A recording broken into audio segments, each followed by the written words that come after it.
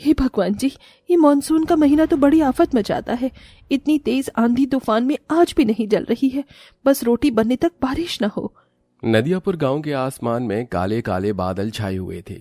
ऐसे में 8 महीने की गर्भवती सुधा बारंबार चूल्हा जलाने का जतन कर रही थी, लेकिन तेज की आंधी तूफान चलने की वजह से चूल्हा बुझा जा रहा था। तभी बहुत जोर की बारिश शुरू हो जाती है और गांव के हर एक निवासी अपने अपने झोपड़ी में होते हैं। तभी झोपड़ी के चौखट पर से कमजोर से दुबले शरीर की सीता ने कहा, हे इंद्र भगवान को भी अभी ही बारिश की आफत लगानी थी। बेचारे किसान लोगों ने खेतों में नारियल के पौधों की रोपाई करी है। बेचारे सब के सब बारिश में भीग रहे होंगे। अरे ओ रामा, देख बारिश के साथ ओले भी बरस रहे हैं। घर चल, बारिश थम जाएगी तो आ जाएंगे रोटी पानी खाकर घर से। नहीं शंकर काका, बादल इतनी जोर जोर से गरज रहा है, लगता नहीं है कि बारिश रुकेगी। अगर खेतों में पानी भर गया तो सारी की सारी नारियल की फसल बर्बाद हो जाएगी, बड़ा नुकसान हो जाएगा। इस बार किसी भी हालत में मुझे अपने घर को पक्का करवाना है और मेरी सारी उम्मीद इस नारियल की खेती पर ही निर्भर है। आप जाओ, मैं खेतों में नाला बना कर आऊंगा, आपके भी बना दूंगा ताकि पानी पास होकर नहर में चला जाएगा। जिस प्रकार सुनार के लिए उसका सोने का व्यापार होता है, उसी तरह गरीब किसान के लिए उसकी मिट्टी, खेत और फसल होती है।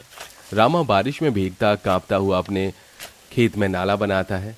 फिर शंकर के खेत में नदियापुर गांव के निवासी बहुत गरीबी में जिंदगी गुजार रहे थे। सभी के घर फूस के बने थे, लेकिन सब एक परिवार की तरह प्यार से रहते थे। बन गया नाला, अब घर चलता हूँ, सुधा चिंता कर रही होगी। तभी बहुत से पक्षी बारिश में भीगे हुए नारियल के पेड़ों पर आकर बैठ जाते हैं, जिसे एक नारियल टपक कर गिरता है, जिसे लेकर वो घर आ जाता है, जहां बारिश का पानी रोकने के लिए सुधा और 5 साल की गुंजन बर्तन लिए खड़ी थी। अरे ये क्या सुधा, पूरा घर तो जगह जगह से टपक रहा है। पिताजी, माँ बहुत देर से बर्तन लेकर खड़ी है। मैंने कहा भी आप आराम कर लो, आपके पेट में बाबू है, ये सारा पानी मैं निकाल दूंगी बाहर। ये सुनकर गरीबी में जूझ रहा रामा की आंखों में आंसू भर आए और नम आंखों से वो बेटी के सिर को सहलाकर बोला, मेरी सयानी सी बिटिया, रुक जाओ, मैं छत पर ये बड़ी वाली पन्नी डाल देता हूँ, फिर छत नहीं टपकेगी। लेकिन संभल कर जी, छत एकदम कच्ची हो गई है। थोड़ी देर में बारिश का पानी ठहर जाता है। तभी नारियल को देखकर नन्ही गुंजन खाने की जिद से बोली, पिताजी, पिताजी आप ही नारियल मेरे लिए लाए हैं, मुझको भूख लगी है, मैं खा लूं? नहीं गुंजन बेटी, ये खेत की पहली फसल है, इसको भगवान जी को चढ़ाएंगे। बारिश में भीगते हुए रामा मंदिर में ले जाकर नारियल चढ़ा देता है, मगर वो रात नदियापुर गांव के हर एक निवासी को भूखे रहकर काटनी पड़ती है। सुबह होते ही सूरज की किरण फूटने के साथ सभी किसान अपनी गाय बैलों को लेकर खेत पर चल देते हैं, मगर अभी आसमान बरसाती काली घटाओं से घिरा पड़ा था। हे भगवान, इस सेर भर आटे में तो केवल 3 रोटी बनी है। गुंजन बिटिया, ये 1 रोटी तू खा ले और एक पिताजी के लिए बचा देना। 1 रोटी मैं सीता काकी को दे आती हूँ। सुधा सीता की झोपड़ी में आती है, जहाँ एक खाट पे सीता पड़ी हुई थी। अरे सुधा बेटी, तू कल तो बड़ी देर तक मैंने तेरी बाट जोही थी, फिर लगा कि जरूर बारिश के चलते तूने भी बनाया नहीं होगा। सारी उम्र बीत गई इस फूस के घर में रहकर और आधा पेट खाकर। ना जाने हमारे नदियापुर गांव के भाग्य कब बदलेंगे। ईश्वर ने चाहा तो बहुत जल्द बदल जाएगा काकी। इस बार तो गांव के सारे किसान तबकों ने अपने खेत में नारियल उगाए हैं, मगर क्या फायदा, उसका खून पसीना बहाकर बेचारे गरीब किसान फसल उगाते हैं और मुखिया जबरन खरीद लेता है, मेहनत का वाजिब दाम भी नहीं देता। ला तू रोटी खिला दे। ऐसे ही दिन बीत रहे थे। सभी किसानों की नारियल की खेती तैयार हो जाती है, सबके पेड़ में बड़े बड़े नारियल उगते हैं। तभी मुखिया मूछें मड़ोड़ता हुआ आता है। अरे क्या बात है, इस बार तो खूब अच्छे नारियल हुए हैं तुम्हारे खेत में, इन्हें लेके मेरी हवेली पर आ जाना और दाम ले जाना। तभी बूढ़े रामदीन ने कहा, नहीं मुखिया जी, इस बार हम अपने नारियल शहर के बाजारों में बेचेंगे, आपको नहीं बेचेंगे। हाँ मुखिया जी, आपको अपनी फसल बेचकर हमें कोई मुनाफा नहीं होता और अपने परिवार के लिए हमको पक्के घर बनाने हैं।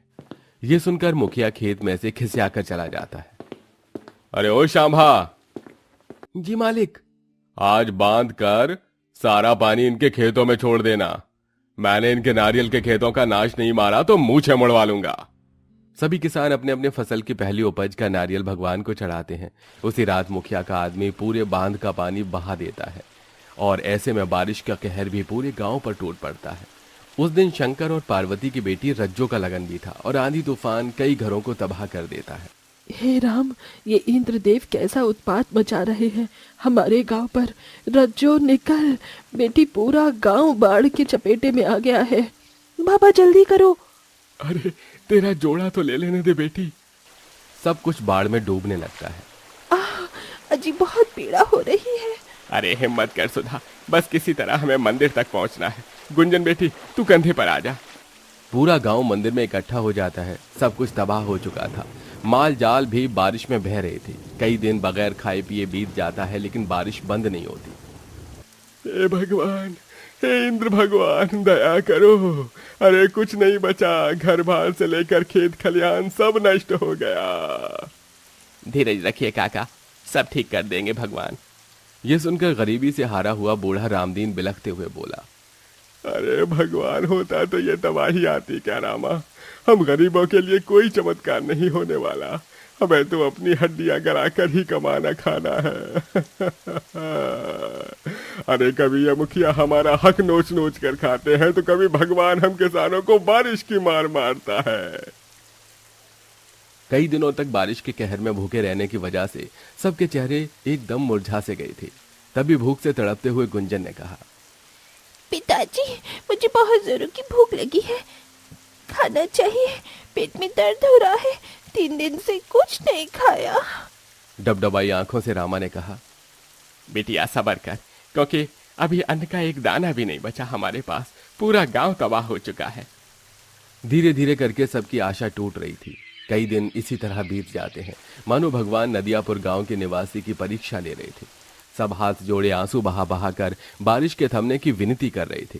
तभी एक सप्ताह के बाद बारिश थमने लगती है और पानी का तापमान घटने लगता है।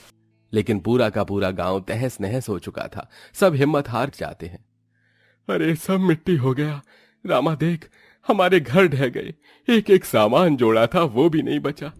हे भगवान, क्यों हम गरीबों पर बारिश करके बिजली गिराता है। बोलता क्यों नहीं तू अब। भगवान कोई तो चमत्कार कर दे।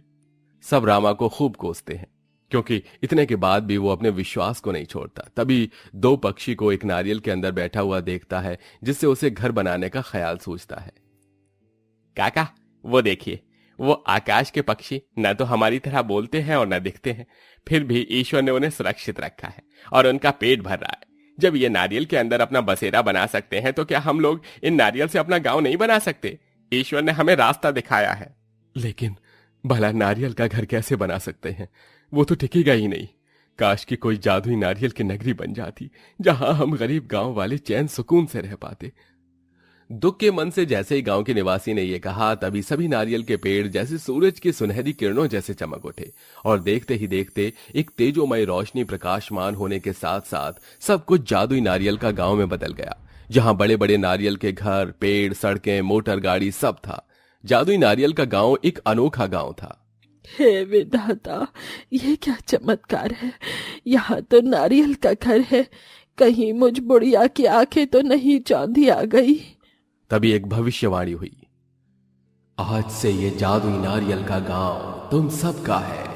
ये तुम्हारे परिश्रम का फल है। सबने अपने अपने लिए जादुई नारियल वाले घर को चुन लिया और भीतर आकर देखा। अरे वाह बाबा, ये नारियल वाला घर तो कितना सुंदर है। इसकी दीवारें तो हमारे कच्चे फूस वाले घर से कितनी मजबूत है। तभी दीवार से मुस्कुराने की आवाज आई, प्यारी समझ गई? अरे बाप रे बाप, पापा पापा, इन दीवारों की तो कान है। क्योंकि ये जादुई नारियल गांव है। अंत में गांव वाले खुश होकर अपने अपने लिए खाना मांगते हैं और कई दिन बारिश के कहर में जीने के बाद पेट भरकर सब खाना खाते हैं और जादुई नारियल गांव में खुशहाली भरी जिंदगी जीते हैं।